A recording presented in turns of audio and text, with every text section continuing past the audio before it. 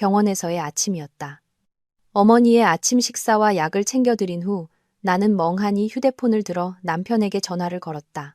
그 여자를 만나고 싶었다. 남편은 짧게 대답했다. 누구? 그 여자 말이야. 쓸데없는 짓 하지 마. 내가 그 사람 좋다고 쫓아다닌 거야. 당신이랑은 상관없는 일이라고. 눈앞이 흐려졌다. 한때 한 이불을 덮고 자던 이 남자가 다른 사람을 사랑한다고 이렇게 대놓고 인정하다니. 나는 씁쓸하게 웃었다. 나한테는 그 여자랑 확실히 끝냈다고 했잖아. 그가 한숨을 내쉬었다. 도저히 잊을 수가 없어.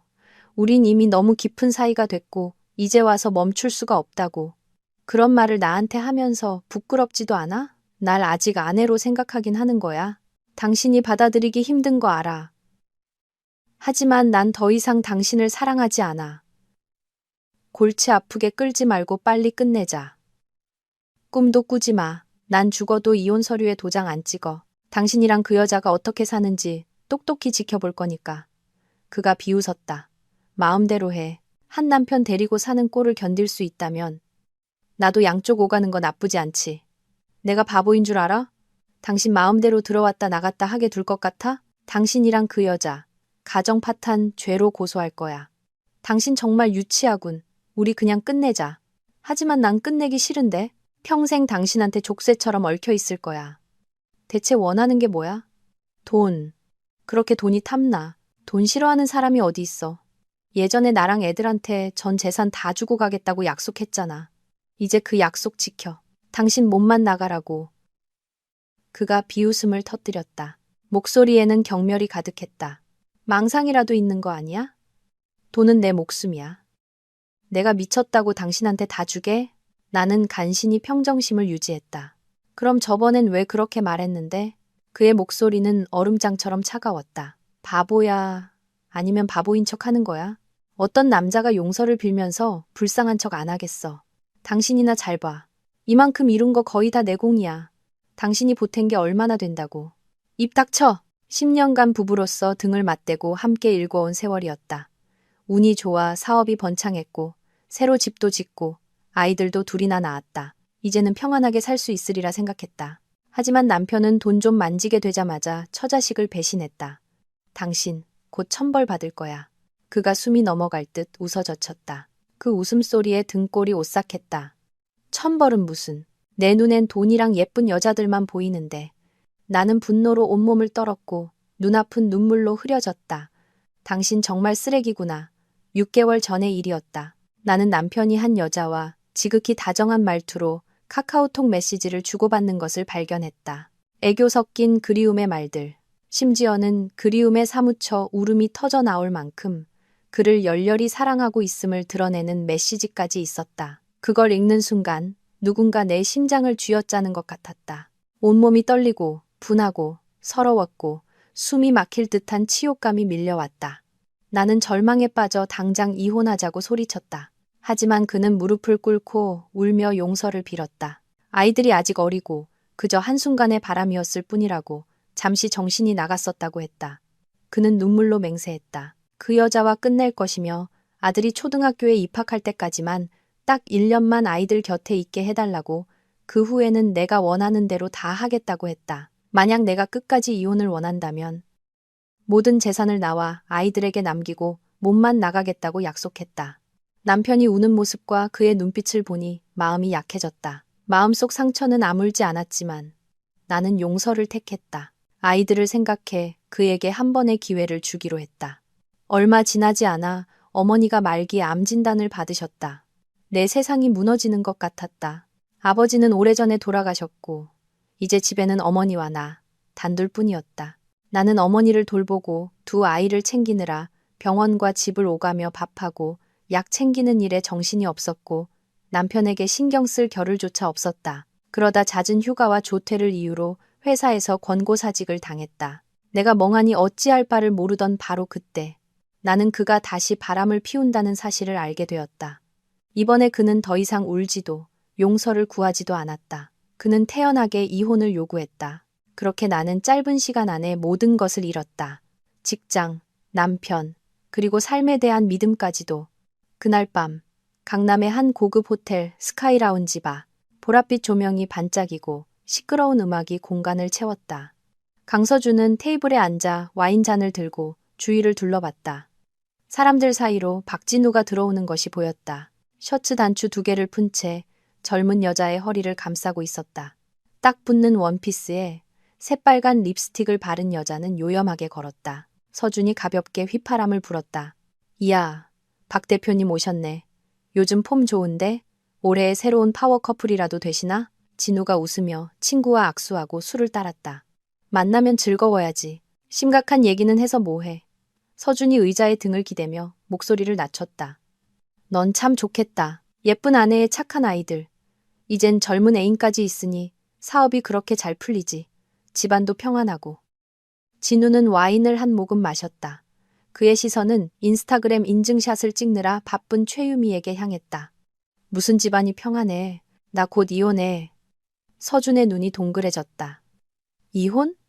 너 장난하냐? 현주를 버린다고? 대학교 때부터 껌딱지처럼 붙어 다니던 너희 둘이? 이제 다 끝났어. 진우는 지친 눈으로 냉소했다. 질렸어. 늙고 못생긴 데다 맨날 우는 소리만 하잖아. 서준이 몸을 기울이며 진지하게 말했다. 난 너랑 현주가 낡은 오토바이 타고 신림동 고시원에서 살 때부터 알았어. 그런 사람한테 어떻게 그런 말을 하냐. 진우는 고개를 돌리며 어깨를 으쓱했다. 서준아, 나한테 설교하지 마. 난 다른 사람 사랑하게 됐고 사랑에 빠지면 답도 없는 거 알잖아. 서준이 실망스러운 듯 비웃었다. 그래, 애인이랑 연애하기는 쉽지. 같이 사는 게 문제지. 새로운 사랑이 천국일 거라 생각하지 마. 그냥 새로운 자극에 굶주린 놈들의 환상일 뿐이야. 그는 와인을 한 모금 더 마시고 한숨처럼 말했다. 넌 지금 성공 가도의 정점에 있고 사람들은 널 성공한 남자라고 부르지. 근데 난 네가 불쌍해. 제 무덤을 스스로 파고 있잖아. 진우가 냉소하며 친구의 어깨에 팔을 둘렀다. 마시자. 인생 얼마나 길다고 맨날 심각해. 바에는 사람이 거의 빠져나갔다. 배경음악만 희미하게 흘렀다.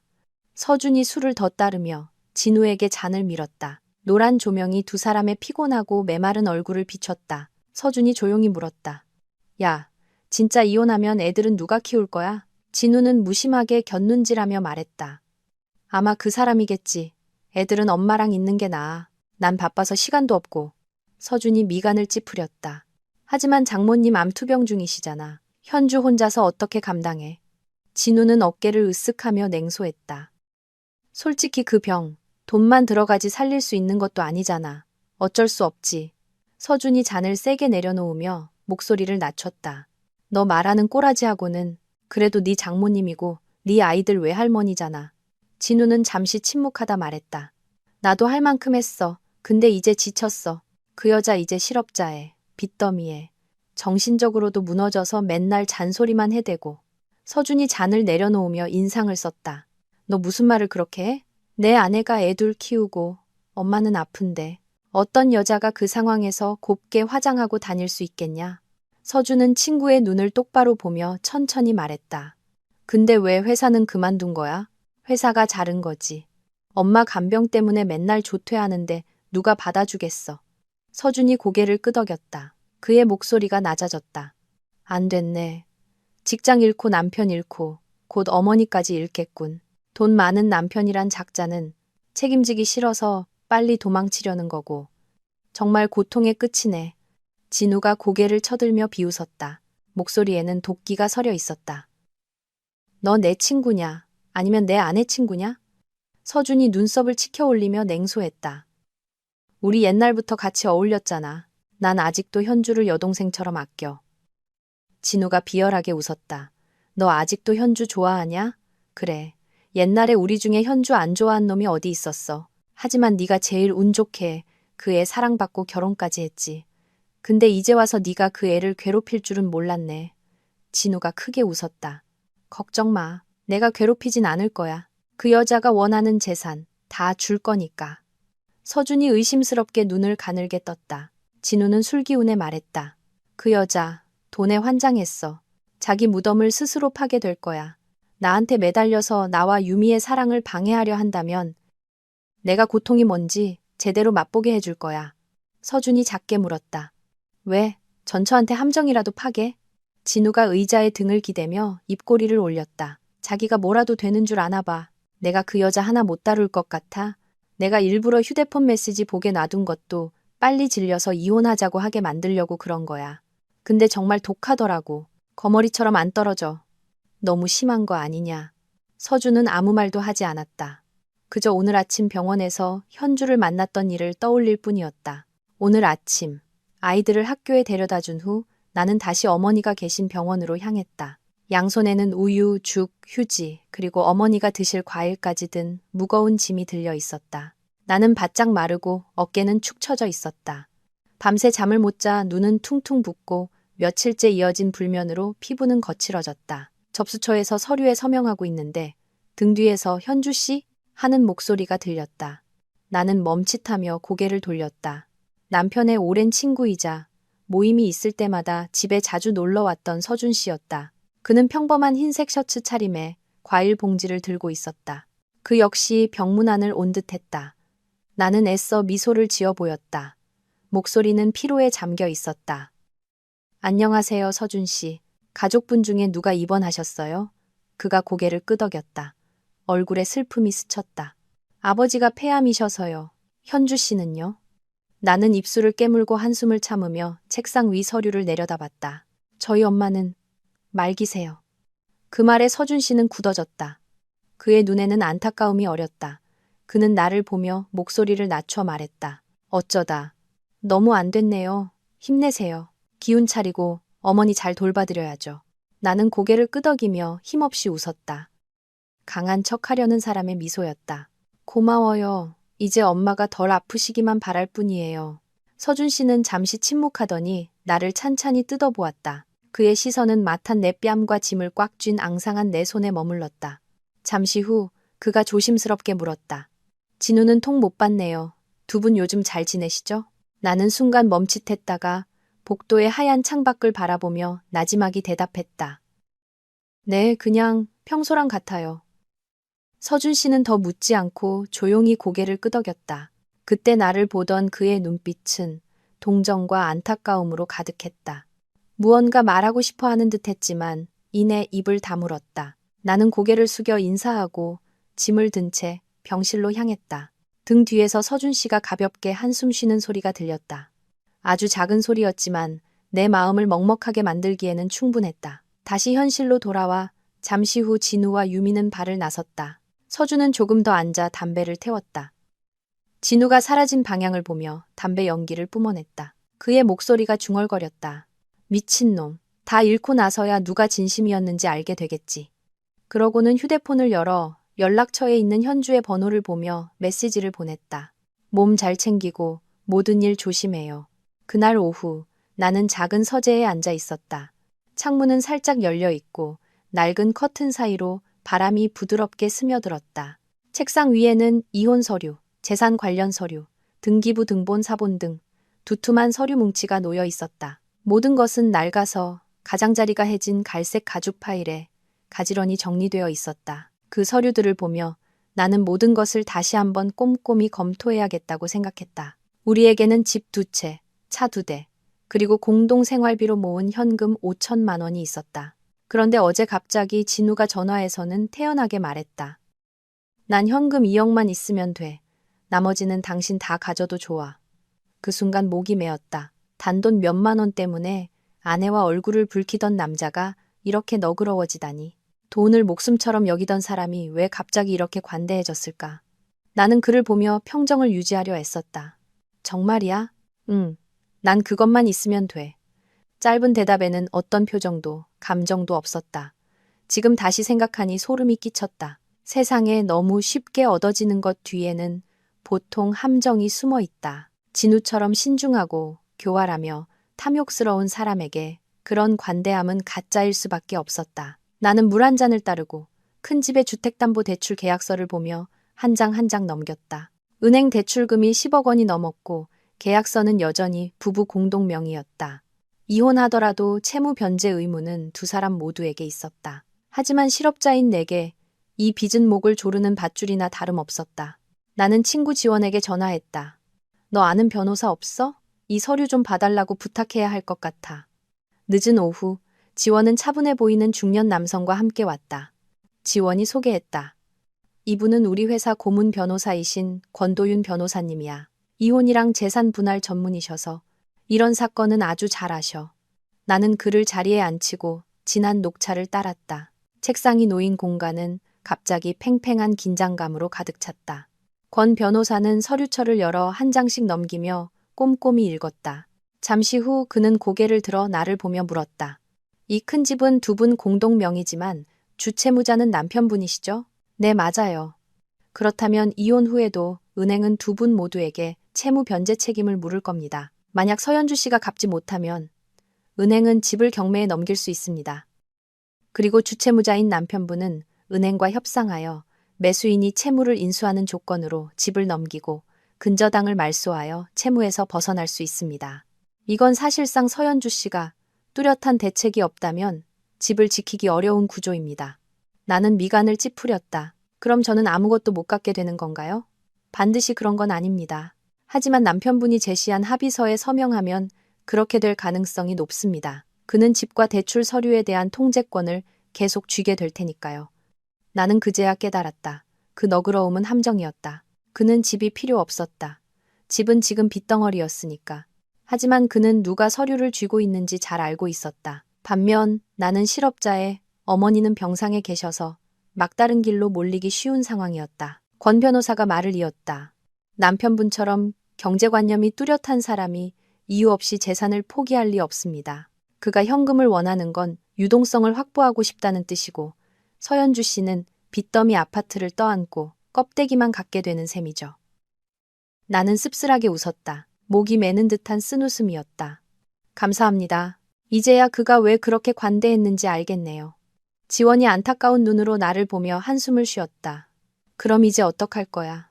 나는 천천히 대답했다. 서명할 거야. 하지만 그가 원하는 방식은 아니지. 작은 집은 그 사람 명의로 넘기고 큰 집은 내가 소유권과 주된 채무 변제 의무를 가질 거야.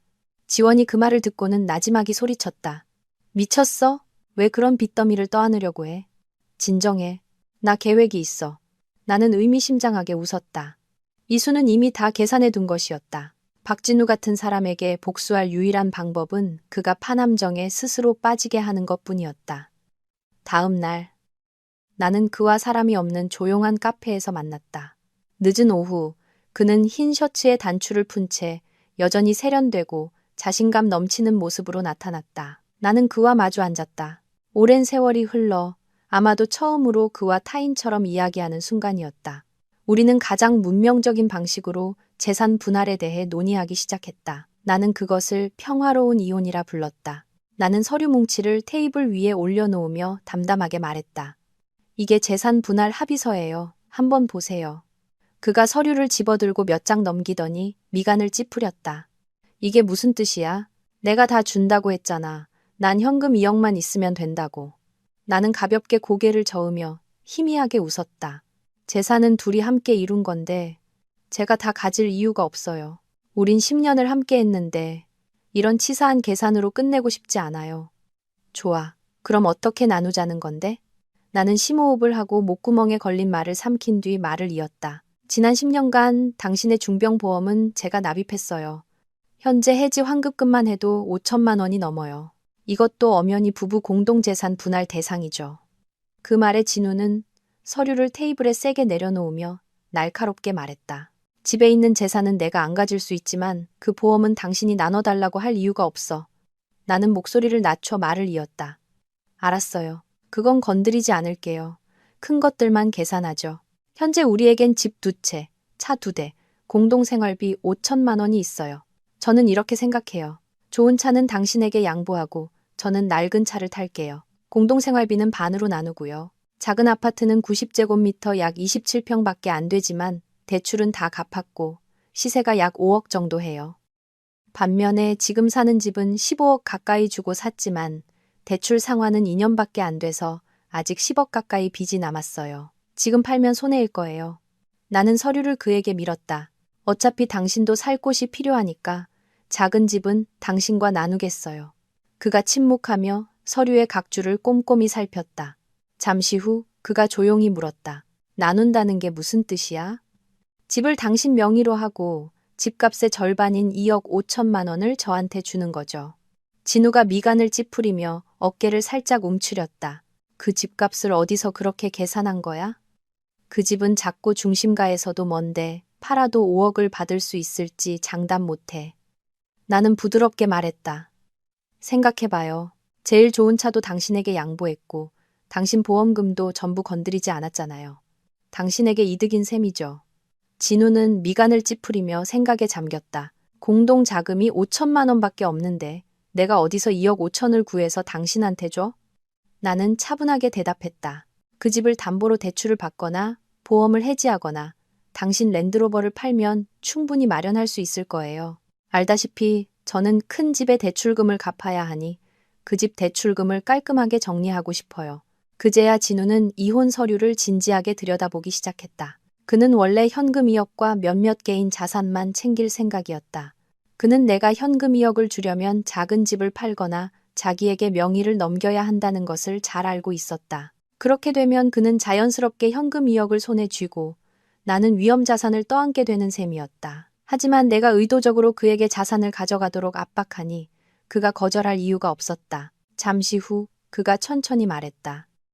그래서 결론적으로 내가 당신한테 얼마를 줘야 하는 거지?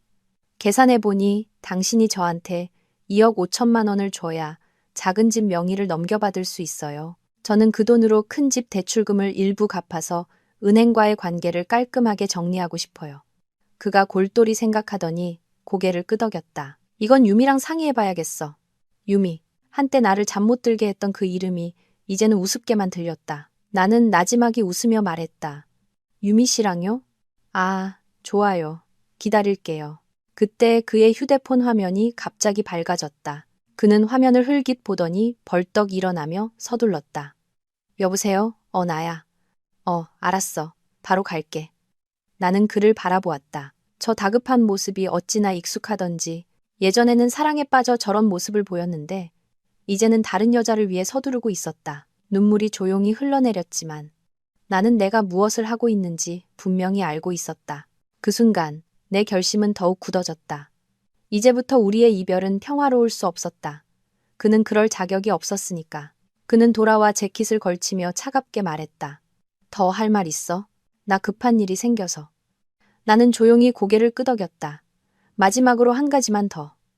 애들은 나 못 키워요. 그가 멈칫하며 눈을 부릅떴다. 방금 뭐라고 했어? 나는 분명하게 대답했다. 나는 아이들에게 제대로 된 삶을 보장해줄 능력이 없어요. 당신은 일 때문에 바쁘니 두 아이는 시부모님 댁에 맡기는 게 가장 합리적일 것 같아요. 우리 부모님이 애들 볼 의무는 없어. 그가 날카롭게 쏘아붙였다. 알아요. 제가 가사 도우미를 고용해서 월급은 꼬박꼬박 드릴게요. 당신이 생활비만 보태주면 돼요. 어른들도 편하고 당신도 번거롭지 않을 거예요. 저는 제 일을 하고 어머니를 돌볼 여유가 생기고요.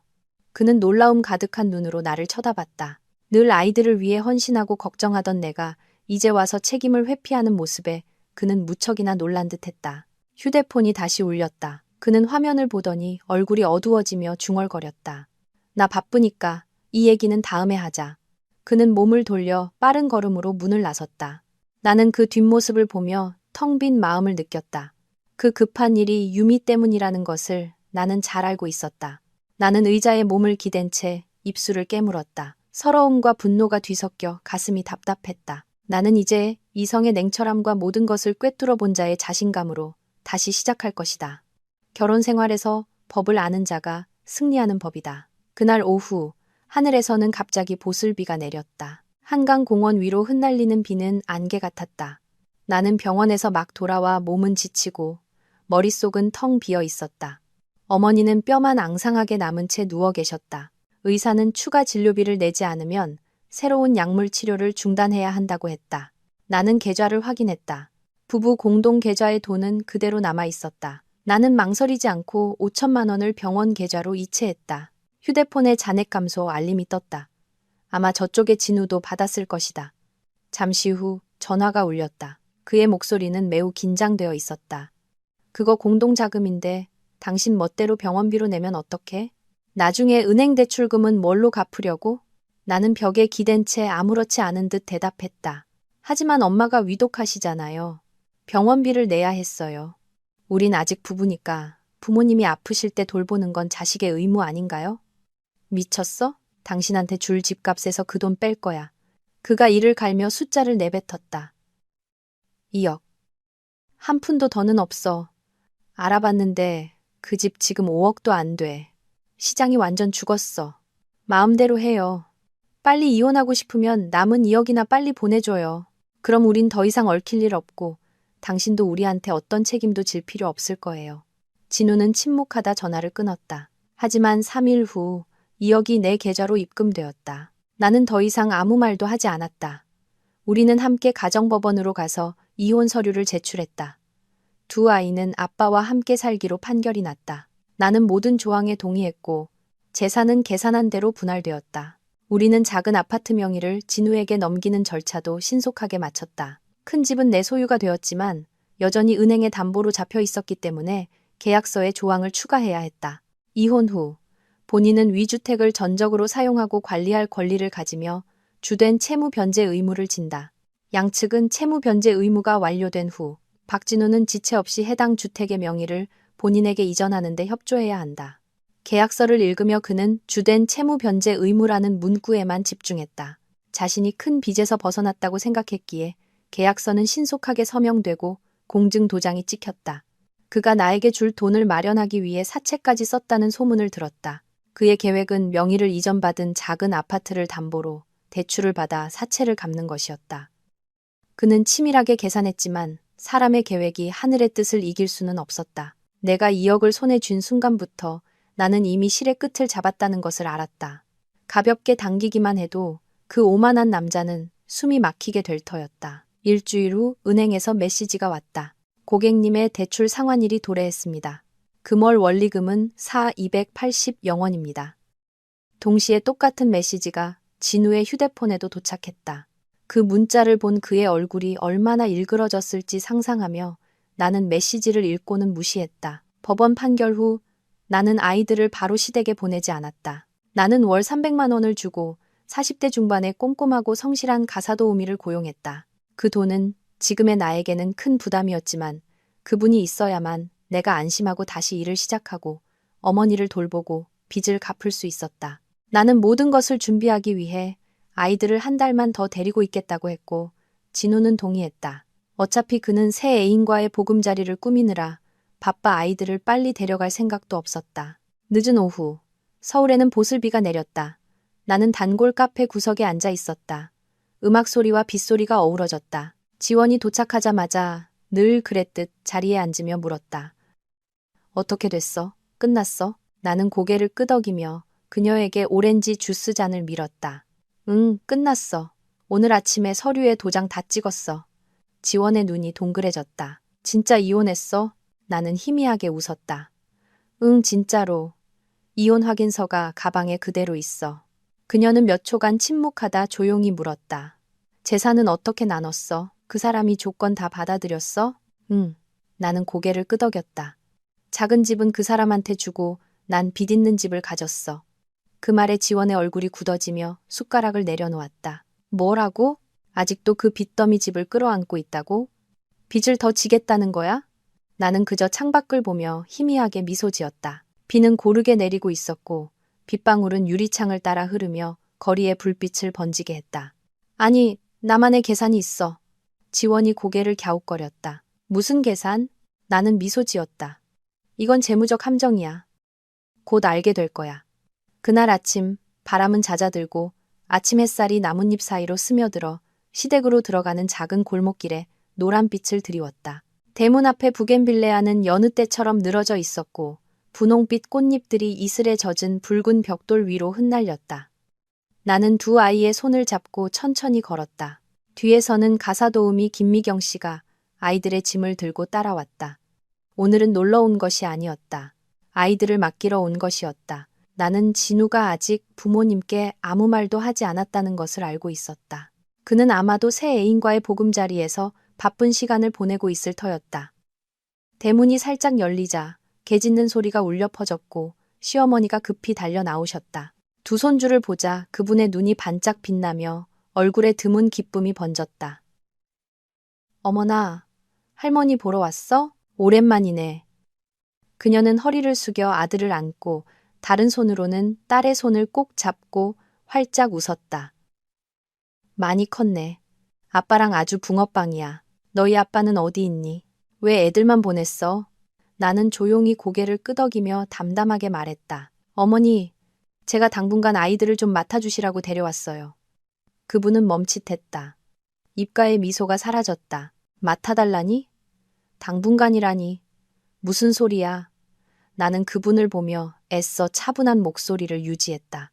제가 일이 많아서요. 그리고 아이들이 친할머니, 할아버지 곁에 있는 게 좋을 것 같아서요. 여기 미경 씨를 고용했으니 식사나 빨래는 다 해주실 거예요. 월급은 제가 매달 꼬박꼬박 드릴 거고요. 분위기가 갑자기 무거워졌다. 시어머니는 고개를 들어 나를 머리부터 발끝까지 훑어보았다. 그녀는 천천히 이미 불쾌감이 가득한 목소리로 말했다. 부부가 갑자기 왜 애들을 맡긴다는 거야? 그 사람 지금 다른 여자랑 살고 있어요. 시어머니의 미간이 좁혀졌다. 바람을 피운다고? 네, 여러 번이요. 그 여자를 잊을 수 없어서 헤어질 수 없다고 하더군요. 시어머니는 잠시 굳어 있었지만 이내 평정을 되찾았다. 진우가 밖에서 잠깐 한눈 좀 팔았다고. 뭐 그리 대수야. 아내라면 참고 용서할 줄도 알아야지. 여자가 성질 부리면 자기만 손해보는 거야. 현주야, 엄마가 됐으면 애들 생각부터 해야지. 밖에 나간 남자가 실수 한 번 안 하는 사람 어디 있니? 집 나가서 남편 버릇 고친 여자는 없어. 나는 가만히 서서 냉소했다. 어머니, 그냥 한 번의 실수였다면 제가 이러지도 않았을 거예요. 그게 무슨 소리야? 그럼 남편을 버리겠다는 거니? 그녀가 소리쳤다. 네, 저희 이혼했어요. 이제는 어머님, 아버님이 아이들을 돌봐주셔서 아이들이 여전히 가족 품에서 할아버지 댁에서 지낼 수 있기를 바랄 뿐이에요. 그녀는 눈을 부릅뜨고 한 걸음 다가와 떨리는 손으로 나를 가리켰다. 세상에 네가 무슨 말을 하는 거니? 네가 감히 내 아들을 버려? 간도 크구나. 남편을 버리다니. 여자가 남편 버리면 나중에 누구한테 의지하고 살려고 세상 사람들한테 손가락질이나 당할 거라고. 나는 심장이 조여오는 것 같았지만 여전히 침착한 목소리를 유지했다. 누가 손가락질해도 두렵지 않아요, 어머니. 저는 단지 존중받지 못하는 결혼 생활에서 벗어났을 뿐이에요. 아이들에게는 굴욕 속에서 참고 사는 엄마보다 자존감을 지키는 엄마가 더 필요하다고 생각해요. 그녀의 얼굴이 붉어지며 목소리가 높아졌다. 말은 참 잘하는구나. 요즘 젊은 것들은 공부 좀 했다고 어른 무서운 줄 모르고 시댁 가풍도 우습게 알지. 어머니, 누구도 무시하지 않아요. 그저 눈뜬 장님처럼 살 수는 없었을 뿐이에요. 눈뜬 장님이든 뭐든. 이제 너도 남이야. 다시는 이 집에 얼굴 비치지 마. 그녀가 차갑게 말했다. 어디로 가든 네 마음대로 가고 애들은 여기 두고 가. 이 집은 남편 버린 여자는 안 받아줘. 나는 허리를 숙여 두 아이를 바라보았다. 딸아이는 이미 몸을 떨며 내 옷자락을 꽉 쥐고 있었다. 나는 아이의 머리를 쓰다듬으며 말했다. 할머니, 할아버지 말씀 잘 듣고 있어. 엄마가 보러 올게. 아들이 울먹이며 말했다. 엄마 어디가? 나랑 같이 안 있어? 나는 입술을 깨물며 억지로 웃었다. 엄마 일하러 가야 해. 나중에 크면 이해할 거야. 그리고 나는 시어머니를 향해 조용히 말했다. 걱정 마세요. 미경 씨가 아이들을 돌볼 거고 생활비는 매달 꼬박꼬박 보낼게요. 그저 아이들에게 저에 대해 나쁘게만 말하지 말아주세요. 나는 심호흡을 하고 가사 도우미에게 말했다. 미경 씨, 월급은 예전처럼 제가 매달 제때 지급할게요. 미리 보내드릴 테니 걱정 마세요. 미경 씨는 내 뜻을 이해한 듯 조심스럽게 고개를 끄덕였다. 네, 사모님. 걱정 마세요. 아이들 잘 돌보겠습니다. 나는 그녀의 눈을 똑바로 보며 부드럽게 말했다. 그리고 한 가지 더 부탁드릴 게 있어요. 일하실 때 개인용 녹화 장비, 그러니까 바디캠 같은 걸 켜두셨으면 해요. 계속 녹화할 필요는 없고 필요할 때만요. 이건 미경 씨와 아이들의 권리를 보호하기 위한 거예요. 그 말이 끝나자마자 혼마루에 서 있던 시어머니의 얼굴이 하얗게 질렸다. 그녀는 날카로운 목소리로 소리쳤다. 녹화? 그게 무슨 소리야? 우리를 감시하겠다는 거야? 감히 늙은이들 사생활을 침해해? 나는 여전히 평정을 유지하며 천천히 대답했다. 어머니, 오해하셨어요. 누구를 감시하려는 게 아니라 불필요한 오해를 피하기 위해서예요. 이 집에서 혹시라도 누군가 아이들이 부모나 이혼에 대해 오해할 만한 말을 하면 미경 씨가 재치 있게 개입할 수 있게요. 그래야 아이들이 더 평온하게 지낼 수 있을 테니까요. 시어머니는 주먹을 꽉 쥐며 더욱 거세게 말했다. 지금 우리를 가르치려는 거냐? 내 아들 버리면 책임이 끝날 줄 알아? 나는 그녀의 눈을 똑바로 쳐다봤다. 누구를 가르치려는 게 아니에요, 어머니. 단지 모든 것을 명확히 해서 예상치 못한 일이 생기지 않도록 하려는 것뿐이에요. 나중에 미경 씨가 근무 환경이 좋지 않아서 그만두게 되면 아이들을 돌보는 일은 어머님, 아버님이 직접 하셔야 할 텐데 그러면 너무 힘드실까봐 걱정돼서요. 그녀는 고개를 돌리며 눈물을 닦았지만 여전히 차가운 목소리를 유지했다. 가려면 가. 너처럼 독한 여자는 결국 후회하게 될 거야. 나는 허리 숙여 인사하고 마지막으로 아이들의 손을 잡았다. 엄마 갈게. 두 아이는 옷을 붙잡고 눈물을 쏟아냈다. 나는 아이들의 손을 하나씩 떼어내고 서둘러 대문을 나섰다. 등 뒤에서 엄마 하고 외치는 소리에 심장이 냈는 듯했다. 나는 고개를 숙여 인사하고 뒤돌아보지 않고 문을 나섰다. 한 번만 더 돌아보면 떠날 용기가 나지 않을 것 같았기 때문이다. 아이들은 미경 씨와 한 달 넘게 지내며 익숙해져 있었다. 그녀가 다정하고 아이들을 잘 달래준다는 것을 알고 있었다. 그녀가 중간에 있으면 시부모님도 어느 정도는 자제하시리라 믿었다. 적어도 아이들 앞에서는 말이다. 골목길에 부는 바람에 라일락 향기가 실려왔다. 나는 천천히 걸으며 마음이 가라앉는 것을 느꼈다. 오늘의 선택이 옳은지 알 수 없었지만 나는 이제 깨달았다. 엄마 혼자서는 모든 것을 짊어질 수 없다는 것을. 모성애와 생계의 책임, 두 가지가 마치 산처럼 내 어깨를 짓눌렀다. 나는 무너지기 직전의 것을 지탱하는 수밖에 없었다. 적어도 나중에 돌아봤을 때 최선을 다했다고 말할 수 있도록. 일주일 후 내 계좌에는 여전히 2억이 넘는 돈이 남아 있었지만 나는 그 돈으로 큰 아파트의 대출금을 갚을 생각이 전혀 없었다. 끝없이 청구되는 병원비야말로 밑빠진 독이었다. 나는 바로 그 두려움 때문에 진우가 책임을 회피했다는 것을 잘 알고 있었다. 비록 양육권은 잠시 내게 없었지만 아이들의 미래를 다른 사람이 결정하게 두지는 않을 것이다. 내게는 시간이 필요했다. 나는 가능한 한 빨리 아이들을 다시 데려오기 위해 모든 것을 준비하고 있었다. 기다리는 동안 나는 돈을 세 부분으로 나누었다. 한 부분은 금으로 바꿔 은행 금고에 보관했고 다른 한 부분은 중도 해지가 불가능한 정기예금에 넣었다. 남은 돈으로는 병원비를 일부 결제하고 나머지는 비상금으로 남겨두었다. 하지만 나는 은행 대출을 전액 상환하지 않고 최소한의 이자만 납부했다. 나는 그 대출이 나와 그 사람 사이에 보이지 않는 족쇄처럼 남아있기를 바랐다. 매달 은행은 연체 통지서를 보냈다. 우리 둘 다 문자를 받았지만 잠 못 이루고 불안에 떠는 사람은 그 사람 하나뿐이었다. 이혼 후 2달이 지나도 나는 여전히 병원에서 어머니를 돌봤다. 매일같이 청구되는 병원비, 약값, 검사비는 시시각각 불어났다. 은행에서 대출 상환 독촉 문자가 왔지만 나는 답하지 않았다. 동시에 똑같은 문자가 진우에게도 갔을 것이다. 그는 그 사실을 나보다 훨씬 더 두려워할 테니까. 어느 날 어머니의 약을 타면서 휴대폰을 보니 은행에서 온 문자 메시지가 있었다. 고객님의 대출이 60일 연체되었습니다. 현재 총 잔여 원금은 9억 7,645만 원이며 연체 이자는 642만 원입니다. 나는 휴대폰을 내려놓았다. 당황스럽지도 두렵지도 않았다. 동시에 똑같은 문자가 진우에게도 갔을 것이다.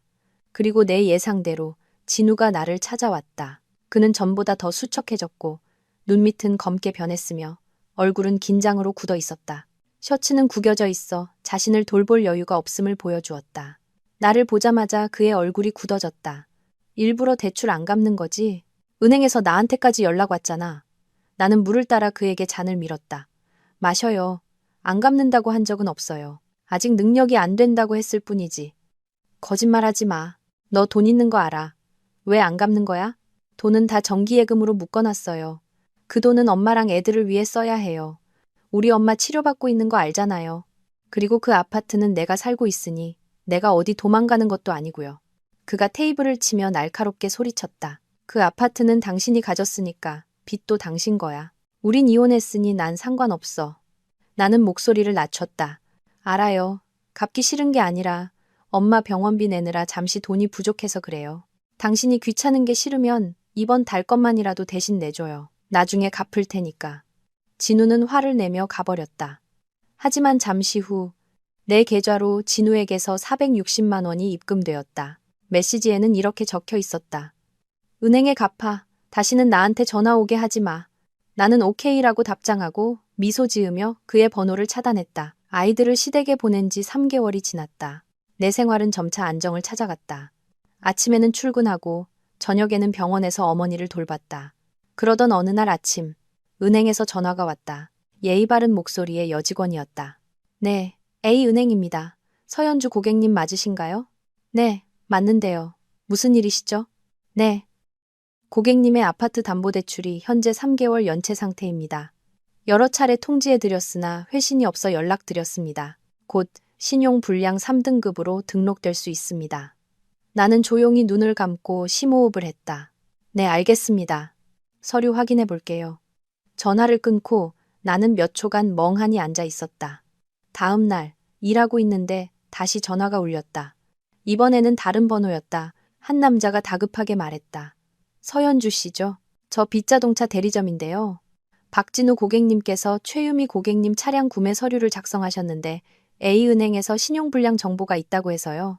혹시 전산 오류가 아닌가 해서 연락드렸습니다. 나는 희미하게 미소 지었다. 아, 오류 아닐 거예요. 시스템이 정확할 텐데요. 아, 네. 나는 전화를 끊지 않았다. 전화기 너머로 진우와 유미가 다투는 소리가 들렸다. 그가 예비 신부를 위해 차를 사주려다 할부 심사에서 거절당한 모양이었다. 은행에서 그가 신용불량자라고 했으니 나는 그 자리에 없었지만 대리점 직원 앞에서 창피함과 분노로 일그러졌을 진우의 얼굴이 그려졌다. 동시에 예전에 빌렸던 사채 독촉이 계속되자 진우는 자기 명의의 작은 아파트를 담보로 대출을 받으려 했다. 하지만 일은 쉽지 않았다. 부동산 중개업소의 고급스러운 사무실에서 진우는 테이블을 세게 내리쳤다. 커피가 쏟아지고 서류가 흩날렸다. 옆에 서 있던 대출 상담사가 어쩔 줄 몰라 하며 말했다. 죄송합니다, 고객님.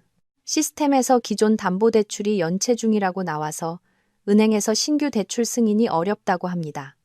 그는 이를 갈며 내 번호를 눌렀지만 안타깝게도 나는 이미 그를 차단한 뒤였다. 그는 상담사의 휴대폰을 빼앗아 내 번호를 찾아 전화를 걸었다. 그의 목소리는 분노로 가득 차 있었다. 서현주, 지금 무슨 짓이야? 왜 대출을 안 갚아? 나는 막 집에 돌아와 전화기 속 고함 소리를 들었지만 놀라지도 않았다. 누구세요? 나야, 박진우. 당신이 큰 집 대출금 안 갚아서 은행에서 나한테까지 연락 오잖아. 나는 희미하게 웃으며 아주 평온하게 말했다. 아, 그 일이요? 돈이 없어서요. 미쳤어? 당신 계좌에 2억 넘게 있잖아. 그 돈은 엄마 병원비랑 애들 키우는데 써야 해요. 대출금은 지금 정말 갚을 능력이 안 돼요.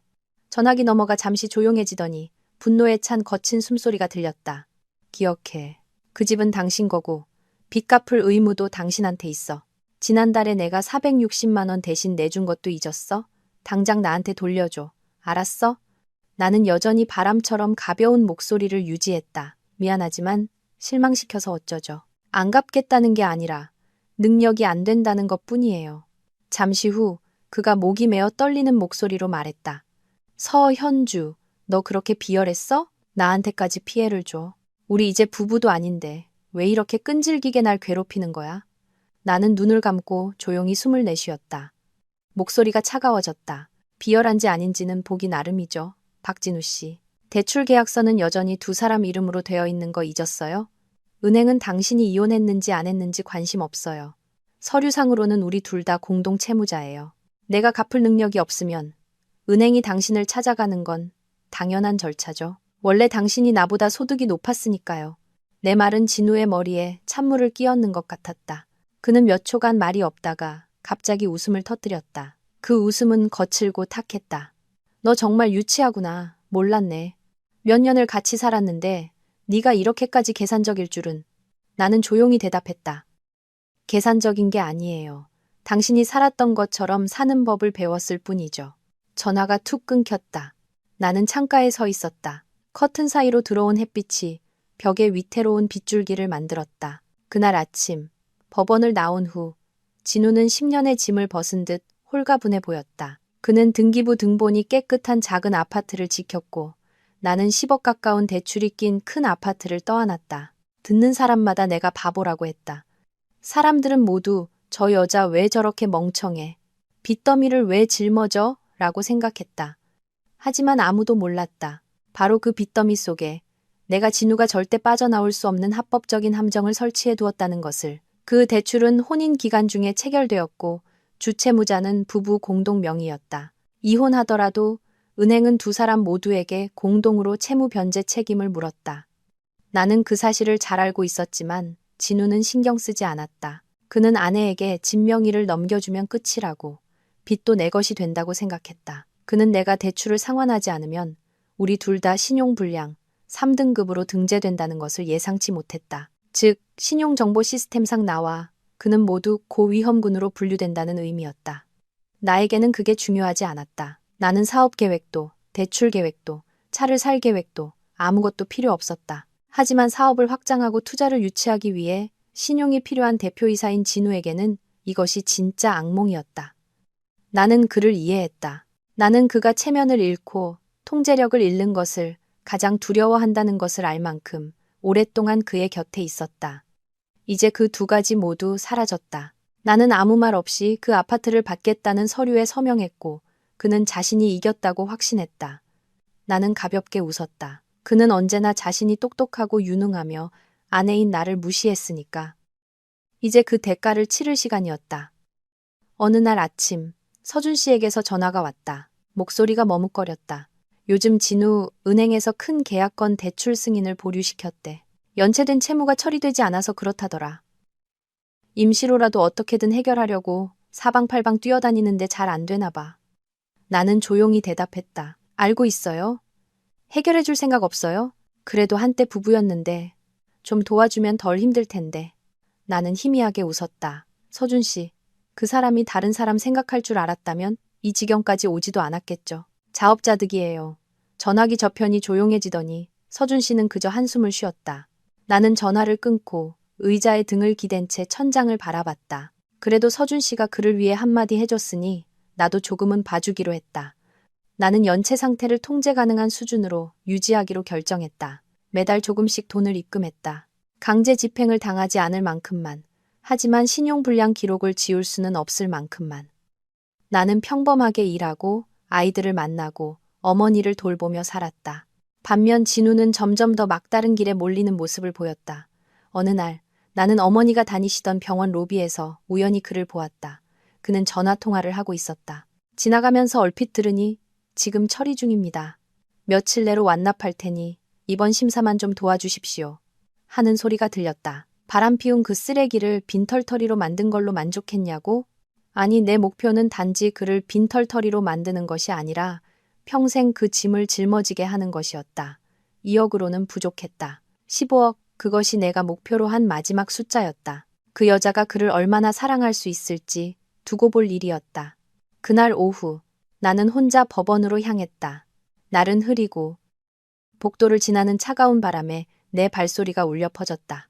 내 손에는 이혼 후 재산 분할 분쟁 사건이라는 굵은 글씨가 인쇄된 소환장이 들려 있었다. 원고 박진우. 결국 그가 소송을 제기했다. 나는 아무렇지 않았다. 시간 낭비는 그가 할 테니까. 조정실은 작고 천장이 낮았다. 형광등 불빛 아래 모든 사람의 얼굴이 창백해 보였다. 조정위원석 앞에는 양측 당사자를 위한 긴 의자가 놓여 있었다. 오른쪽에 진우가 허리를 꼿꼿이 세우고 앉아 있었다. 다림질이 잘 된 셔츠에 단정한 옷차림, 그의 눈빛은 차갑고 오만했다.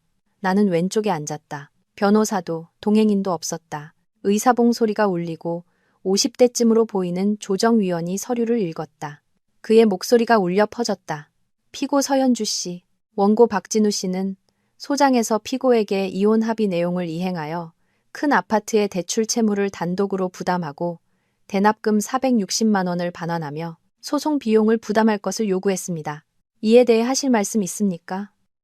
나는 조용히 대답했다. 합의 사실은 인정하지만 현재 저는 은행 채무를 상환할 능력이 없습니다. 진우가 즉시 끼어들었다. 거짓말입니다. 저 여자 돈 있어요. 그냥 갚기 싫은 겁니다. 조정위원이 의사봉을 두드리며 주의를 줬다. 원고는 질서를 지켜주시고 발언 기회가 오면 말씀하십시오. 그리고 그는 나를 향해 물었다.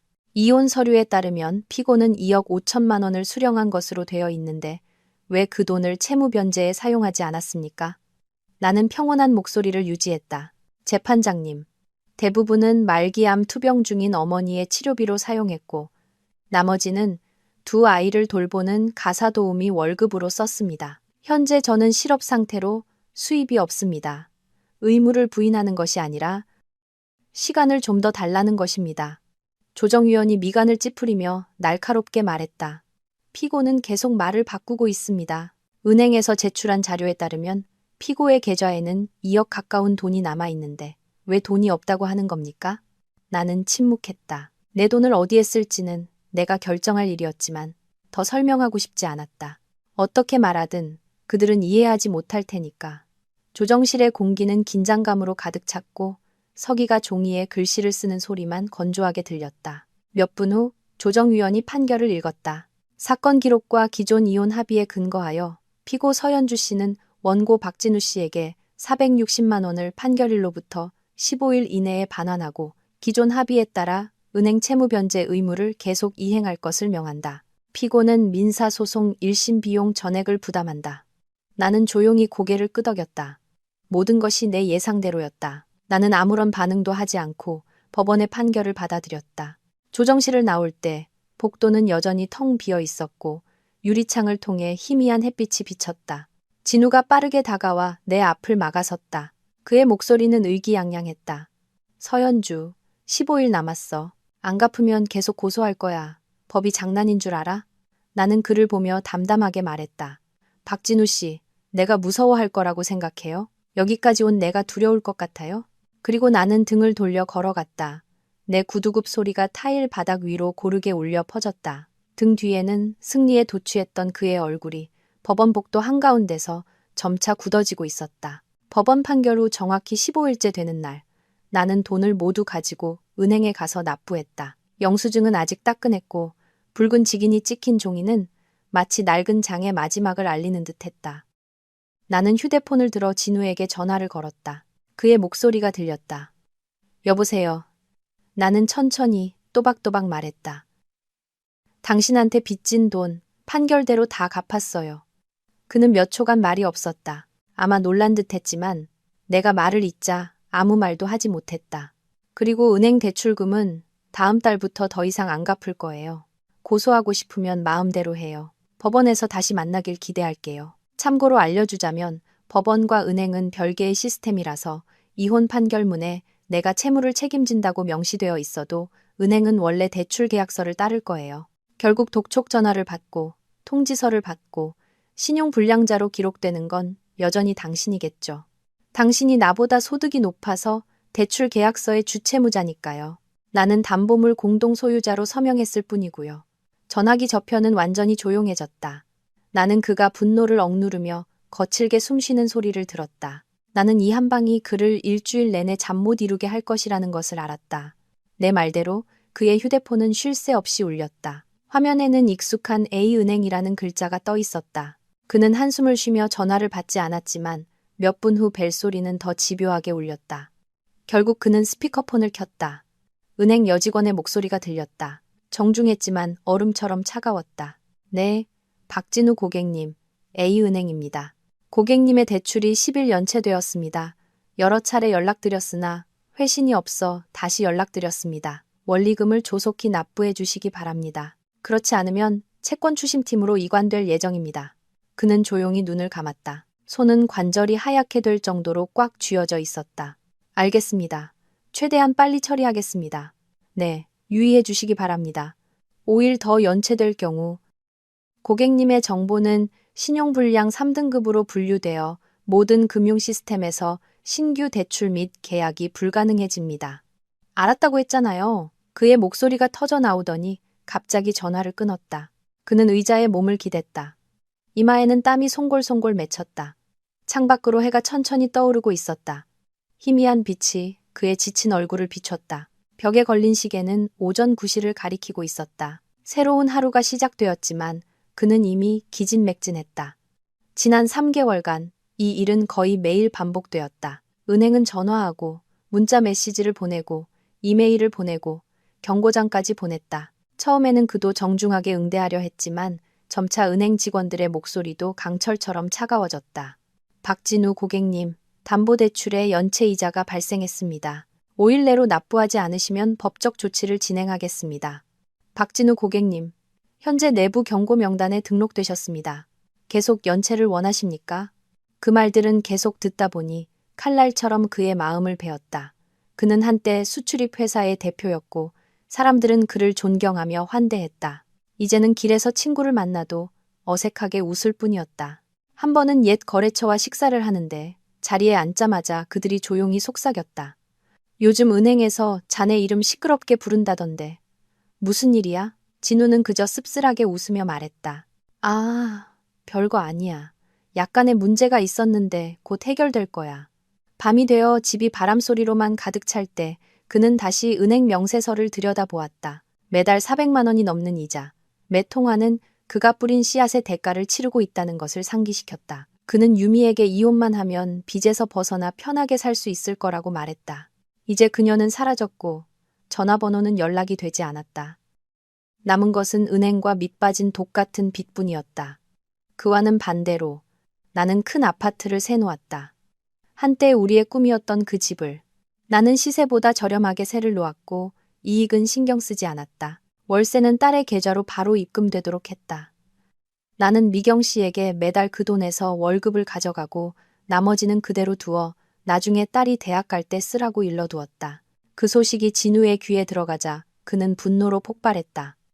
그날 밤 내 휴대폰이 쉴 새 없이 울렸다. 전화를 받자마자 그의 목소리가 고함쳤다.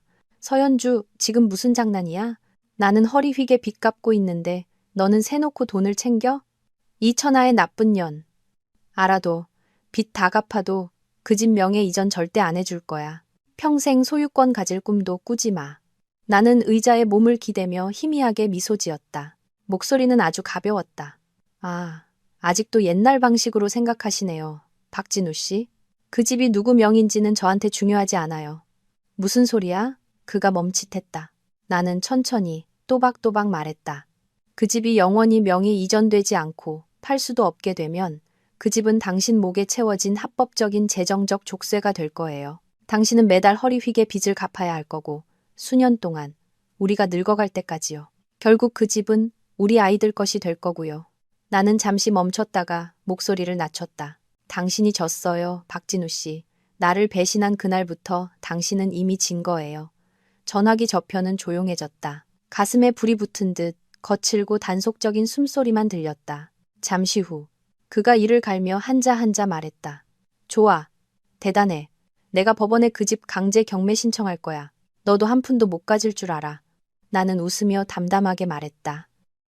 은행이 재산 처리에 우선권을 가지지 법원이 아니에요. 법원은 두 사람 사이의 민사 분쟁만 처리할 뿐 은행의 요청 없이는 담보로 잡힌 재산을 강제 처분할 수 없어요.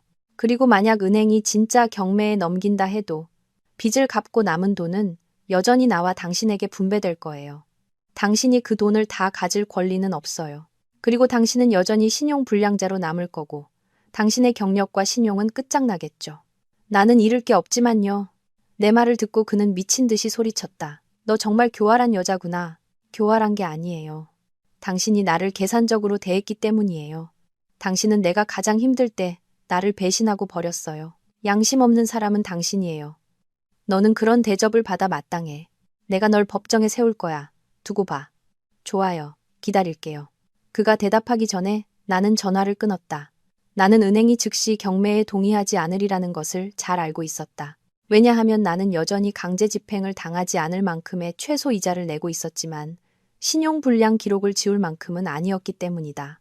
요컨대 나는 집을 소유할 필요 없이 그 집을 평생 진우를 애참할 법적 족쇄로 만들고 싶었다. 그는 팔 수도 명의를 이전할 수도 없었지만 매달 은행에 이자를 내야 했다. 그리고 그 집을 생각할 때마다 그는 무너진 결혼 생활과 자신이 배신한 아내를 기억하게 될 것이다. 이것이 내가 배신자인 그에게 선사하는 가장 합법적이고 고통스러운 복수였다. 그가 빚 갚기를 미루며 나와 기싸움을 벌이자 한 번은 은행 직원이 직접 회사로 찾아와 이야기했다. 박진우 고객님, 저희가 여러 번 말씀드렸습니다. 조속히 채무를 처리하지 않으시면 저희는 서류를 법원 집행과로 넘길 수밖에 없습니다. 그렇게 되면 강제 경매는 피하기 어려울 것입니다. 그는 그 말을 듣고 얼굴이 하얘졌다. 그는 나를 고소하겠다고 협박하면 내가 무서워서 서둘러 빚을 갚을 줄 알았지만 그는 틀렸다. 그는 아직 나를 몰랐다. 내가 안 갚는다고 하면 나는 정말로 그렇게 할 것이었다. 나는 그를 막다른 골목으로 몰아넣기로 결심했다. 그날 그는 병원까지 나를 찾아왔다. 서울 아산병원 6층 병실. 소독약 냄새와 식어버린 영양죽 냄새가 섞여 숨이 막혔다. 심박수 모니터는 삑삑 소리를 내며 규칙적으로 울렸다. 마치 시간에 느린 카운트다운처럼 들렸다. 어머니는 뼈에 가죽만 남은 채 누워 계셨고 숨을 쉴 때마다 가슴이 부서질 듯 떨렸다. 나는 며칠째 잠을 못 자 몸은 수척해지고 눈은 채팼지만 다음 재판을 준비하기 위해 억지로 정신을 차려야 했다. 다음 날 아침 그가 병실 문 앞에 서 있었다. 그의 시선이 어머니의 앙상한 몸을 스쳐 지나갔다. 순간 당황한 듯 하더니 이내 시선을 피했다. 서연주, 나와. 우리 얘기 좀 끝내자. 심장이 멎는 듯 했다. 이혼 후 지금까지 나는 어머니께 진우가 장기 출장을 갔다고 거짓말을 해왔다. 하지만 평생을 살아오신 어머니가 딸의 눈빛 하나 이해하지 못하실 리 없었다. 나는 그저 스스로를 속이며 어머니가 며칠이라도 더 평안하시기를 바랐을 뿐이다. 아버지가 돌아가신 후 어머니는 나를 이 세상에 붙들어준 마지막 끈이었다. 어머니마저 떠나시면 내 기쁨과 슬픔을 누구에게 이야기할 수 있을까? 어머니의 앙상한 손이 갑자기 내 손을 가볍게 잡았다. 어머니가 눈을 뜨셨다. 목소리는 쉬고 약했다. 다녀오렴. 엄마 기다릴게. 나는 멈칫했다. 어머니의 흐린 눈동자에 내 초췌한 얼굴과 며칠 전 의사가 했던 말이 비쳤다. 며칠 안 남았습니다. 마음의 준비를 하세요. 그 순간 심장이 쥐어짜이는 것 같았다. 나는 어머니 곁을 한시도 떠나고 싶지 않았다. 비록 어머니는 희미한 숨결 속에서도 나를 설득하려 하셨지만 이제 그만해. 엄마 때문에 더 고생하지 마. 하지만 엄마는 모르실 거예요. 이 세상에 더 이상 우리는 없다는 걸. 지금 엄마 손을 놓으면 나는 살아갈 기댈 곳이 없어져요. 갑자기 병실 문이 활짝 열리며 진우가 뛰어들어왔다. 얼굴은 붉게 상기되었고 목소리는 고함치는 것 같았다. 서현주, 귀 먹었어? 이 얘기를 네 엄마 앞에서 하자는 거야? 나는 벌떡 일어섰다. 온몸이 떨리고 분노가 머리끝까지 치밀었다. 나가. 그는 나가지 않고 오히려 병상 가까이 다가와 내 얼굴을 똑바로 가리키며 비꼬았다. 오, 여사님, 딸 참 잘 키우셨네요. 돈 때문에 사람을 막다른 길로 몰아넣는 수법까지 쓰게 하다니. 어머니는 손으로 입을 가리려 애썼다. 입술은 떨렸지만 아무 말도 하지 못하셨다. 나는 서둘러 이불을 덮어드리며 목이 메인 채 말했다. 엄마, 저 잠깐 나갔다 올게요. 어머니는 가볍게 고개를 끄덕이셨다. 움푹 팬 눈가에서 눈물이 흘러내렸다. 그 눈물방울이 내 손등에 떨어졌다. 뜨겁고 짰다. 그 순간 나는 갑자기 두려워졌다. 엄마를 잃을까봐, 그리고 내가 이성을 잃고 계속 싸워나가지 못할까봐. 하지만 생각할 틈도 없이 진우가 내 팔을 거칠게 잡아당겼다. 나는 복도 의자에 부딪힐 뻔했다. 그가 내 얼굴에 대고 소리쳤다. 한 글자 한 글자가 칼날 같았다. 내가 널 얕봤어. 내가 파남정 정말 대단하더군. 나한테 빚을 떠넘겨서 나와 유미 사이를 갈라놓고 이제 와서 효녀 코스프레나 하고 있다니. 이 죽어가는 사람 이용해서 나까지 같이 죽이려는 거지? 그의 말 한마디 한마디가 내 심장을 베었다. 나는 10년간 내 곁에서 잠들었던 남자의 일그러진 얼굴을 보았다. 시간이 그를 얼마나 갉아먹어 낯선 사람으로 만들었는지 깨달았다. 내 목소리는 쉬었지만 애써 평정을 유지했다. 내가 이렇게 한 건 그 여자가 당신을 기댈 사람이 아니라 돈을 좋아하는 사람이란 걸 당신이 깨닫게 하고 싶어서였어요. 그가 비웃으며 입꼬리를 올렸다. 돈이면 뭐 어때? 적어도 그 사람은 날 즐겁게 해줘. 너는 계산적인 것과 이 비참한 꼴 말고 뭐가 남았는데. 나는 고개를 들어 눈물을 삼켰다. 알았어요. 당신 가세요. 빚은 내가 처리할게요.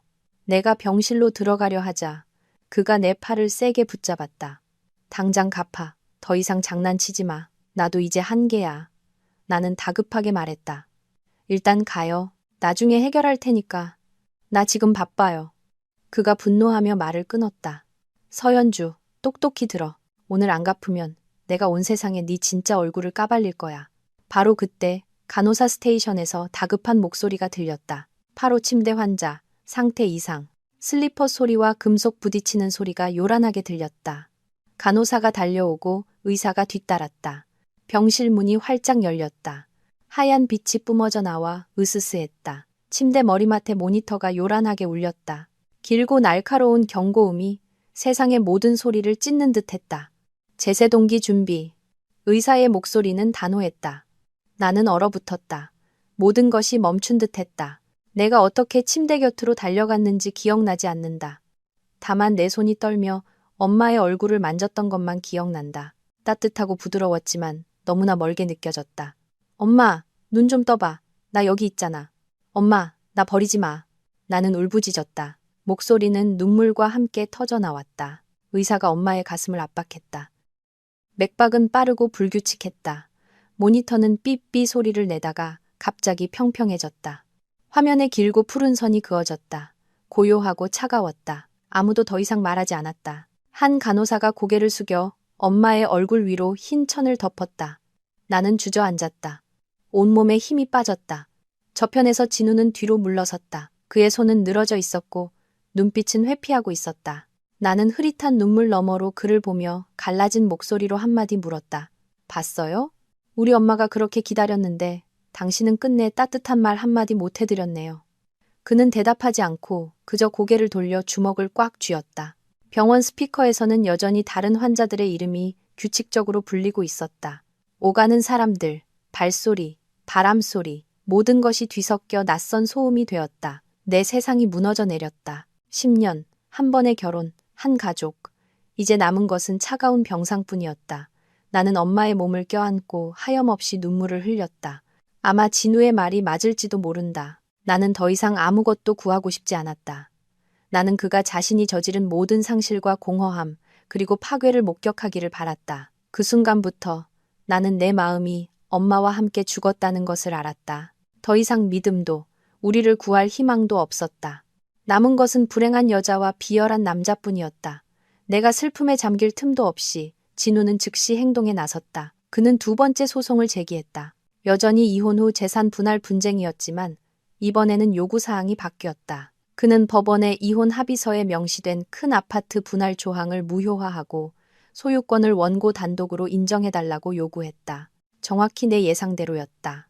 그는 소유권을 변경하여 책임을 끊어내고 집을 자신의 단독 재산으로 만든 뒤 명의를 이전하고 담보대출을 받아 빚을 갚고 자유로워지려 했다. 그는 그렇게 하면 모든 족쇄가 풀릴 것이라 생각했다. 이번에도 나는 혼자 법정에 섰지만 더 이상 두렵지 않았다. 마지막 기댈 곳마저 잃은 사람은 무적이 되기 마련이니까. 나는 법정에서 고개를 숙이며 아주 조용히 말했다. 재판장님, 저는 원고에게 큰 아파트의 소유권을 반환하는 데 동의합니다. 진우와 그의 변호사의 눈이 자신감으로 빛났다. 그들은 모든 것이 자신들의 손에 들어왔다고 생각했다. 집을 되찾으면 그는 안심하고 빚을 갚을 수 있을 터였다. 두 채의 아파트가 하나로 합쳐지면 그는 자신이 이겼다고 생각할 것이다. 하지만 내가 이어서 한 말에 법정은 숨막히는 침묵에 휩싸였다. 그러나 유효한 기존 이혼 합의서에 따라 해당 아파트와 관련된 모든 권리는 제게 속해 있었으므로 원고는 제가 지불한 계약금 2억 5천만 원과 지난 2년간 대출금으로 납부한 1억 원을 저에게 반환해야 합니다. 나는 오래된 모든 납부 증명서를 꺼내 책상 위에 늘어놓았다. 영수증, 고지서, 이체 내역, 모든 것이 명확하고 정확했다. 총 3억 5천만 원. 나는 고개를 들어 그를 보며 천천히 눈썹을 치켜 올렸다. 어떤 결과든 저는 받아들일 수 있어요. 당신은요? 받아들일 수 있겠어요? 진우가 얼굴이 붉어진 채 소리쳤다. 목소리는 분노로 쉬어 있었다. 말도 안 돼. 그 집 지금 가격 다 떨어졌어. 10억에도 안 팔려. 지금 현재 가치를 얘기해야지. 옛날 투자금을 들먹이면 어떡해. 애초에 당신이 빚 갚을 생각이 없었다면 그 합의서는 당신이 판 함정이나 마찬가지잖아. 그가 재판장을 향해 돌아섰다. 다른 사람이 먼저 말할까봐 두려운 듯 다급하게 말했다. 재판장님, 저 여자는 제가 빨리 이혼하고 싶어 하는 걸 이용해서 재정적 함정을 팠습니다. 그녀는 신뢰를 저버린 사람이고 하는 말은 모두 거짓입니다. 그는 숨을 고르며 목소리를 높였다. 그동안 저 여자는 집을 세놓고 월세를 전부 챙겼습니다. 명백히 계획적으로 채무를 회피한 겁니다. 재판장님, 피해자는 바로 저입니다. 저는 신용을 지키기 위해 저 여자 대신 빚을 갚아야 했고 이제는 3억 5천만 원을 더 내놓으라고 합니다. 세상에 이런 불공평한 일이 어디 있습니까? 나는 그저 입술을 깨물고 희미하게 웃었다. 다툴 필요도 변명할 필요도 없었다. 나는 그의 분노가 그의 실패를 가장 명확하게 증명하는 증거라는 것을 알았다. 법원이 그의 손을 들어줄 수도 있었다. 하지만 그럴 확률은 매우 낮았고 이기더라도 조건이 쉽지 않을 터였다. 이미 서명한 조항을 무효화하려면 그가 속았다는 것을 증명해야 했다. 그리고 그것은 불가능했다. 그 합의서는 원래 그에게 유리했으니까. 그는 좋은 자산을 가졌고 나는 빚을 짊어졌다. 그가 왜 서명했는지는 누구나 알고 있었다. 그러니 이제 와서 후회하지 말아야 했다. 나는 지는 것을 두려워하지 않았다. 이미 바닥까지 떨어진 사람이 더 이상 잃을 것이 무엇 있겠는가. 나는 어떤 결과든 감당할 수 있었다. 진흙탕에 빠지더라도. 하지만 그는 아니었다. 그는 지켜야 할 새로운 삶이 있었다. 언제나 그에게 진짜 남자처럼 당당하라고 요구하는 애인도 있었다. 재판장이 가볍게 의사봉을 두드렸다. 엄숙한 목소리가 법정 전체에 울려 퍼졌다. 원고 박진우 씨, 피고가 기망했다고 주장하나 증거를 제출하지 못했습니다. 이혼 합의는 양측이 자발적으로 체결한 것이며 그로 인한 경제적 위험은 본인이 감수해야 합니다. 피고에게 무조건적으로 재산을 반환하라는 요구는 법적 근거가 없으며 공정의 원칙에 위배됩니다. 따라서 법원은 원고의 모든 요구를 기각합니다. 진우가 벌떡 일어섰다. 분노로 얼굴이 하얘지며 테이블을 세게 내리쳤다. 재판장님, 저 여자는 일부러 시간을 끌다가 상환 기일이 닥쳐서야 돈을 냈습니다. 명백히 불성실한 태도입니다. 저런 사람은 집을 가질 자격이 없습니다. 재판장이 미간을 찌푸리며 천천히 말했다. 원고, 피고가 채무를 늦게 갚은 것은 별개의 문제이며 오늘 소송의 범위에 해당하지 않습니다. 핵심에 집중해 주시기 바랍니다. 나는 조용히 숨을 내쉬었다. 마음이 가벼워졌다. 내가 불리해 보였던 싸움이었지만 진짜 상처받은 사람은 그였다. 재판장이 나를 향해 돌아섰다. 피고 서연주 씨, 3억 5천만 원 요구에 대해 법원은 이것이 이혼 후 재산 분할 변경에 따른 합리적인 보상이라고 판단합니다. 법률에 따라 이 요구는 근거가 있으며 법원은 이를 승인합니다. 법정 전체가 숨을 죽였다. 재판장의 목소리가 계속 울렸다. 법원은 피고 서연주 씨가 큰 아파트의 소유권을 원고 박진우 씨에게 이전하는 데 동의한 것을 인정합니다. 그러나 원고 박진우 씨는 피고 서연주 씨에게 계약금 2억 5천만 원과 지난 2년간 피고가 납부한 대출금 1억 원을 포함하여 총 3억 5천만 원을 반환해야 합니다. 본 판결이 효력을 발생하는 시점부터 원고 박진우 씨는 대출 완납 시까지 모든 담보대출 채무를 계속 이행해야 하며 해당 아파트와 관련된 모든 재정적 위험을 단독으로 부담합니다. 피고가 금액을 모두 수령하고 원고가 채무를 완납한 후 양측은 명예 이전에 협조해야 합니다. 만약 원고가 기한 내에 금액을 지급하지 않을 경우 기존 이혼 합의서는 계속 유효하며 아파트는 피고 서연주 씨의 소유로 모든 채무 의무는 원래대로 유지됩니다. 재판을 마칩니다. 의사봉 소리가 탕 하고 울렸다. 마치 우리 사이에 10년의 질긴 인연을 단칼에 베어내는 것 같았다. 진우가 벌떡 일어나며 쉬어버린 목소리로 소리쳤다. 불복합니다. 명백한 편파 판결입니다. 저 여자는 사기꾼입니다. 재판장이 그를 평온하게 바라보며 대답했다. 원고, 법원은 원고가 직접 서명한 합의를 보호할 뿐입니다. 불공평하다고 생각했다면 그때 왜 법을 꼼꼼히 검토하지 않았습니까? 법은 성인의 부주의를 대신 책임져 주지 않습니다. 그는 얼어붙은 채 서 있었다. 입술이 떨렸지만 아무 말도 하지 못했다. 나는 고개를 들어 법원 창문으로 쏟아지는 햇살을 보며 희미하게 미소 지었다. 오늘 내가 이긴 것은 법원의 동정이 아니었다. 바로 그가 직접 쓴 서명. 한 획, 한 획, 한 줄 한 줄의 약속이었다. 그는 눈앞의 이익만 보고 위험은 생각하지 않았다.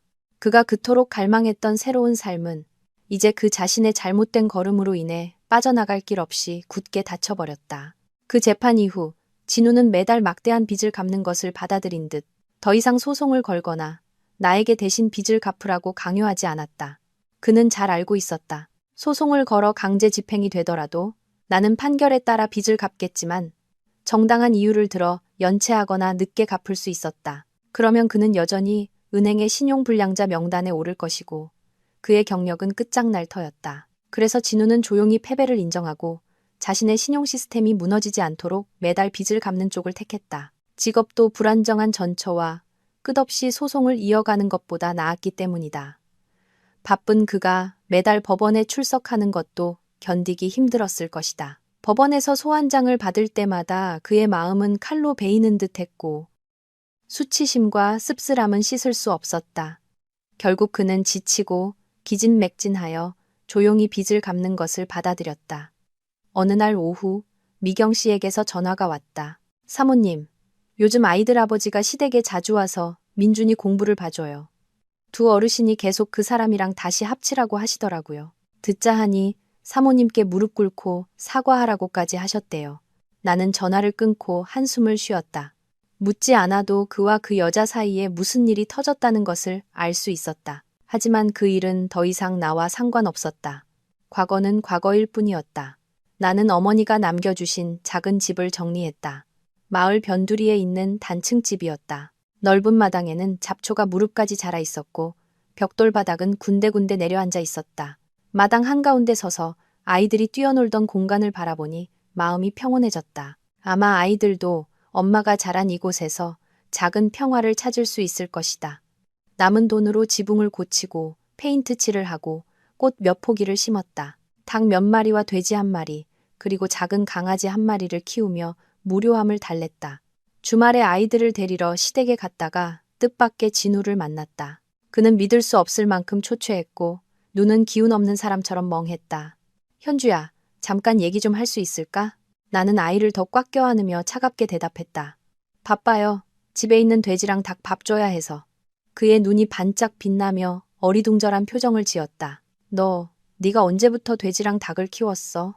나는 더 이상 아무 말도 하지 않고 아이를 차에 태워 달려갔다.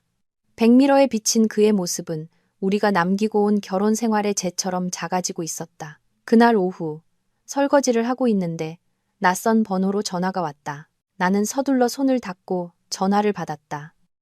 누구세요? 전화기 저편의 목소리는 부드러웠지만 약간 떨리고 있었다. 네, 안녕하세요. 저 유미예요. 나는 멈칫했다. 심장이 꽉 조여오는 것 같았다. 유미. 내게는 너무나 익숙한 이름. 우리 결혼 생활에 끼어든 여자. 나는 비웃음 섞인 목소리로 말했다. 아, 판 다 끝나니까 이제야 무대에 오르시네요, 최유미 씨. 저편은 몇 초간 조용했다. 그러다 유미가 작게 말했다.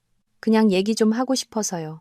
그이가 언니한테 보낸 돈 중에 3천만 원은 제 돈이에요. 지금 그이가 파산했는데 그 돈 돌려주시고 다시 돌아갈 기회를 주시면 안 될까요? 나는 가볍게 코웃음을 쳤다. 3천만 원? 와, 그렇게 다 망가진 남자를 아직도 고쳐 쓰려고 해요? 그 사람이 자발적으로 나한테 바친 돈 이미 다 썼어요. 그리고 그 사람은 이제 당신 거니까 당신이 알아서 하세요. 유미는 몇 초간 침묵하더니 목소리가 완전히 바뀌었다. 날 너무 몰아붙이지 마세요. 지금 그이는 빚더미에 앉았고 월급도 은행에 다 압류당했어요. 내가 회사에 가서 소란이라도 피워서 그 사람이 직장까지 잃게 되면 당신은 편할 것 같아요? 그 말에 마음이 잠시 흔들렸다. 두려워서가 아니라 그녀의 말이 틀리지 않았기 때문이다. 작은 스캔들 하나만 터져도 진우는 정말 나락으로 떨어질 터였다. 나는 심호흡을 하고 조용히 대답했다. 그럼 그렇게 하세요. 그 사람 다 잃게 만드세요. 당신 돈 3천만 원은 그 사람 운명 따라 묻히는 셈 치고요. 나는 전화를 끊었다. 얼마 지나지 않아 법원에서 일하는 친구를 통해 유미가 소송을 제기했다는 소식을 들었다. 그녀는 진우가 자신에게 3천만 원을 빚졌다고 주장하며 보상과 함께 관계를 인정해달라고 요구했다. 진우가 일하는 회사 전체에 박 대표가 애인에게 돈을 빌리고 갚지 않아 고소당했다는 소문이 퍼졌다. 그때부터 그는 가시방석에 앉은 듯했고 업무는 중단되었으며 고객들은 거래를 꺼렸다. 동료들은 그를 경계하는 눈으로 쳐다봤다. 한때 오만했던 그는 이제 복도를 걸을 때 고개를 숙이고 아무도 쳐다보지 못했다. 나는 그 이야기를 들었지만 기쁘지도 슬프지도 않았다. 모든 것이 정해진 결말을 가진 연극 같았다. 그가 뿌린 씨앗을 이제 거두는 것뿐이었다. 유미는 자신이 이겼다고 생각했겠지만 결국 두 사람 모두를 진흙탕으로 끌어내렸고 남은 것은 더럽혀진 평판과 서류 위에 무의미한 숫자들 뿐이었다. 나는 창가에 앉아 그림을 그리고 있는 아들을 보았다. 아이가 고개를 들고 물었다. 엄마, 왜 혼자 웃어? 나는 아이의 머리를 쓰다듬으며 조용히 대답했다. 엄마가 방금 깨달은 게 있어서 그래. 어떤 사람들은 엄마가 복수할 필요도 없단다. 하늘이 엄마 대신 다 해주시거든. 밖에서는 햇살이 처마를 통해 따스하게 쏟아져 내렸다. 몇 년 만에 처음으로 나는 바위를 내려놓은 듯 마음이 가벼워졌다. 어느 날 나는 법원에서 소환장을 받았다. 유미가 진우를 상대로 제기한 채무 소송에 나는 참고인으로 출석하라는 내용이었다. 나는 소환장을 들고 씁쓸하게 웃었다. 내 청춘은 법정 출석으로 다 가는구나. 법정에 들어설 때 내 마음은 폭풍이 지나간 후의 수면처럼 평온했다. 내 앞에 앉아있는 두 사람. 한때 내 남편이었던 남자와 내 가정을 파괴했던 여자. 이제는 전생의 빚으로 얽힌 사람들일 뿐이었다. 조정실은 넓지 않았다. 원고석에 앉은 유미는 몸을 웅크리고 있었다. 목소리는 메어 있었고 손에는 휴지를 꽉 쥐고 있었다. 재판장님, 박진우 씨가 제게 간곡히 도와달라고 했습니다. 돈이 급하다고. 이혼 후에 꼭 갚겠다고 약속했습니다. 제가 강요한 것이 아닙니다. 저편에서 진우는 고개를 숙이고 있었다. 두 손은 꽉꽉 찢긴 채 등은 노인처럼 구부정했다. 그는 나를 쳐다보지 못했다. 아마 눈이 마주치면 그가 숨겨온 모든 것이 드러날까봐 두려웠을 것이다. 재판장이 낮은 목소리로 말했다. 참고인 서연주 씨, 이 3천만 원 채무에 대해 아는 바가 있습니까? 나는 고개를 들고 단호하게 말했다. 전혀 모르는 사실입니다. 오늘 이전까지 저는 두 사람 사이에 이렇게 큰 금액의 거래가 있었다는 것조차 알지 못했습니다. 법정의 공기가 얼어붙는 듯 했다. 내 말이 끝나자마자 진우가 갑자기 벌떡 일어나며 다급하게 말했다. 재판장님, 새로운 증거가 있습니다. 그는 두툼한 서류 뭉치를 꺼냈다. 서류에는 글자와 숫자가 빽빽하게 인쇄되어 있었다. 지난 2년간 저는 저 여자에게 3천만 원 이상을 썼습니다. 모두 제 아내와의 공동 재산에서 나간 돈입니다. 2023년 5월 명품 가방 500만 원짜리를 사줬고 8월에는 유럽 여행 경비로 800만 원을 썼습니다. 2024년에는 저 여자 남동생 학비로 0만 원을 송금했습니다. 그 외에도 50만 원, 20만 원, 300만 원씩 이체한 것을 다 합치면 5천만 원이 넘습니다. 저 여자가 말하는 3천만 원은 제가 이미 잃어버린 돈의 일부를 되찾은 것뿐입니다. 법정 전체가 숨막히는 침묵에 휩싸였다. 공기는 마치 바위가 떨어진 것처럼 무거웠다. 나는 찬물을 뒤집어 쓴 듯 멍하니 서 있었다. 2년. 그들은 2년 내내 얽혀 있었던 것이다. 그가 야근한다고, 출장 간다고 했던 모든 날들, 아이들에게 무관심하고 나에게 냉담했던 모든 순간들이 이제야 가장 잔인한 해답을 얻었다. 나는 앞에 있는 나무 난간을 겨우 붙잡고 균형을 잡았다. 잠시 후 나는 고개를 들었다. 내 눈빛은 얼음처럼 차가웠다. 재판장님, 피고가 방금 제출한 증거에 근거하여 반소를 제기하고자 합니다. 법정의 모든 시선이 내게 쏠렸다. 나는 일어서서 분명하게 말했다. 재판장님, 저는 이 순간에서야 피고 박진우가 혼인 기간 중에 고의로 부부 공동 재산을 은닉하고 제3자인 원고 최유미에게 임의로 증여했다는 사실을 확인했습니다. 이는 배우자의 동의 없는 공동 재산 증여 행위이므로 민법 제8 130조 및 관련 판례에 따라 저는 해당 재산의 반환을 청구할 권리가 있습니다. 따라서 저는 공식적으로 반소를 제기하여 최유미 씨가 지난 2년간 받은 모든 금전과 재산이 제 합법적인 권리를 침해한 행위임을 확인하고 그녀에게 전액을 단 한 푼도 빠짐없이 반환할 것을 명해 주시기 바랍니다. 유미가 놀라 얼굴이 하얘졌다. 눈을 크게 뜨고 경악했다. 당신 무슨 근거로? 그건 그이가 자발적으로 나한테 준 돈이에요. 나는 그녀를 돌아보며 냉소했다. 자발적으로? 그 사람이 여전히 내 남편이었을 때 그 돈은 공동 계좌에서 내가 공동 명의로 된 재산에서 나갔어요. 그게 어떻게 자발적인 건지 한번 말해봐요. 그녀는 입술을 깨물며 소리쳤다. 몰랐어요. 나는 그 사람이 독신인 줄 알았다고요. 나는 희미하게 웃으며 더욱 차갑게 말했다. 그럼 더 잘 됐네요. 몰랐지만 받았으니 불법적으로 수취한 돈이죠. 나는 단지 법의 도움을 받아 내 아이들에게 속한 것을 되찾으려는 것뿐이에요. 지난 2년간 그가 당신에게 쓴 모든 돈의 절반은 내 것이었어요. 내 남편 돈을 쓰고 내 가정을 파괴하고 이제 와서 법정에서 빚을 갚으라고요? 누가 당신에게 그런 배짱을 줬죠? 법정 전체가 충격에 빠졌다. 서기의 팬소리만 들렸다. 유미는 얼굴이 하얗게 질려 입술만 달싹일 뿐 아무 말도 하지 못했다. 진우는 고개를 푹 숙이고 있었다. 두 손은 깍지 낀 채 손가락이 떨리고 있었다. 재판장이 낮은 목소리로 판결을 읽었다. 재판부는 두 사건을 병합하여 심리하기로 결정하고 다음과 같이 판결한다. 피고 박진우가 혼인 기간 중 원고 최유미에게 행한 모든 증여는 무효임을 확인한다. 원고 최유미는 피고 서연주에게 수령한 모든 금전 및 현물을 반환해야 하며 총 가액은 130만 원으로 본 판결이 효력을 발생하는 날로부터 15일 이내에 이행해야 한다. 원고 최유미와 피고 박진우 간의 3천만 원 채무 관계는 인정되나 이는 피고 박진우의 개인적인 채무로 참고인 서연주와는 무관하다. 의사봉 소리가 탕 하고 울렸다. 유미는 의자에 주저앉았다. 얼굴은 잿빛이었다.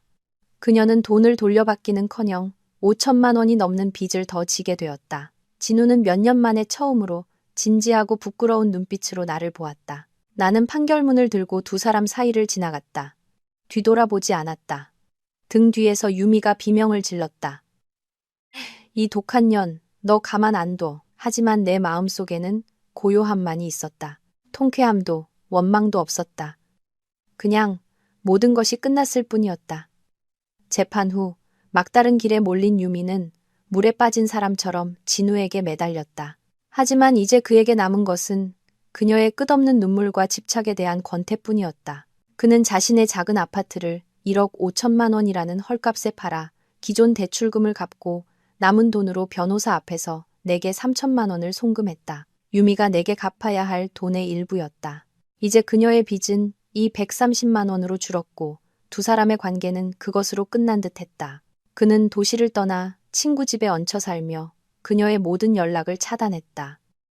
유미가 그의 회사에 찾아가 소란을 피웠지만 그는 단호하게 사직서를 내고 자취를 감췄다. 마치 처음부터 존재하지 않았던 사람처럼. 나는 그 사라진 사람이 내가 사는 작은 동네에 나타날 줄은 몰랐다.